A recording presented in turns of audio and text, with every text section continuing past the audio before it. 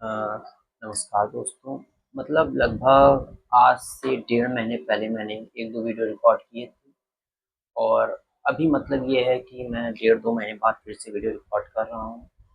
आज तारीख है 13 जुलाई, 13 जुलाई हो गई है और टाइम लगभग डेढ़ बज 2:30 बज गया है और रात का समय है और मेरे पास एक डायरी है जिसमें मैं अपना डेली रूटीन लिखता हूँ कि आज मैंने 24 घंटे कैसे बिताए। तो 24 घंटे वही है कि स्टार्टिंग में आज 10 बजे उठा, 10 से 12 जो था, वो मूलभूत जो ज़रूरी चीज़ें होती हैं वो किया। फिर उसके बाद ये हुआ कि आज एक सर का पॉडकास्ट था, एक आईपीएस हैं, जयपुर से हैं, किशन सहाय सर जो हैं, आज उनका इंटरव्यू था।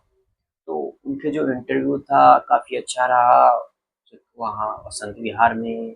और रविंदर भैया जो इनके गाइडेंस में मैं सब सीख रहा हूँ, तो उन्होंने लिया था। तो वहाँ पर था और सबसे इम्पोर्टेंट चीज़ जब मतलब कि 12 बज गया था, 12 बजे मैं 12:30 तक वहाँ पहुँच गया था।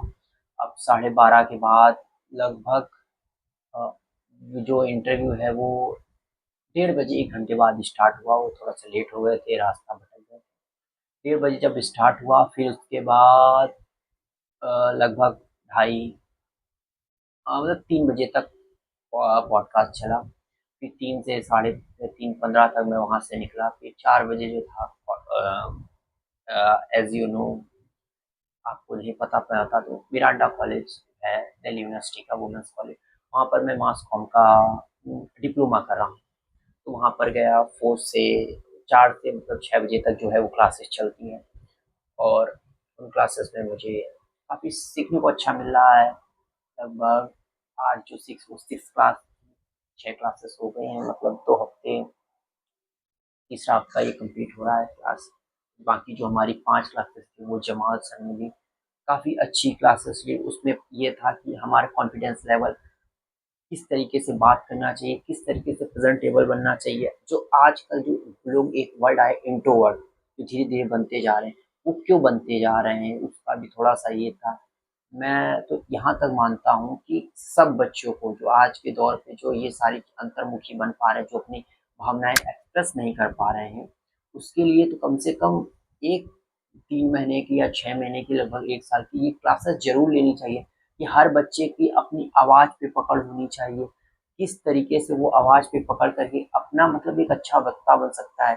मैं इसको इस तरीके से मानता हूँ कि जैसे बहुत अच्छा आपके पास नॉलेज है और आप उसको डिलीवर नहीं कर पा रहे हैं, तो वो बहुत मतलब उसका नुकसान ही है। अगर आप बहुत सी बुक पढ़ ले रहे हैं लाइब्रेरी में और बहुत कुछ आपके पास नॉलेज है, और ये मैं दिल्ली यूनिवर्सिटी का छात्र हूँ, स्टूडेंट हूँ, मैं काफ़ी ये फेस किया हूँ कि हमारे पास टीचर बहुत नॉलेजेबल होते हैं, पर वो उस तरीके से बात को बच्चों तक नहीं पहुँचा पाते जिस तरीके से पहुँचाना चाहिए।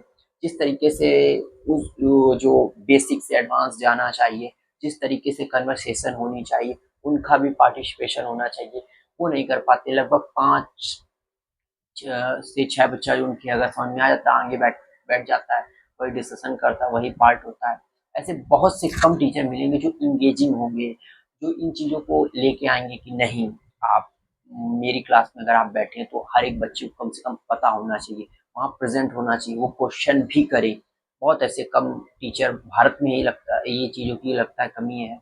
और मैंने दिल्ली यूनिवर्सिटी में तो देखा और स्कूल टाइम में भी था कि सिर्फ सिलेबस सिलेबस सिलेबस सिलेबस और सिलेबस के पीछे भागते थे।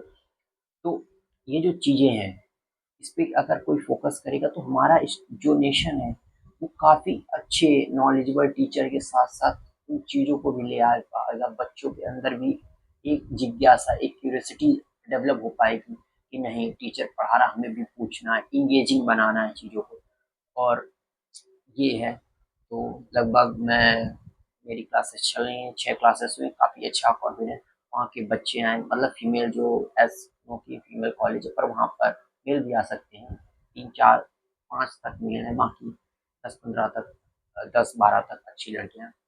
तो ये जो रेशियो दिख रहा है काफ़ी अच्छा रहा है और काफ़ी कुछ लोगों से सीखने को मिल रहा है, जानकारी मिल रही है, उनके अलग-अलग एक्सपीरियंस हो, कुछ फील्ड से हैं, कोई गूगल से है, तो कोई किसी बच्चे के लिए काम कर रहा है जो स्पेशल चाइल्ड होते हैं, जो बोलने समझने में उनको बार-बार प्रॉब्लम होती है, उसके लिए काम कर रहे हैं।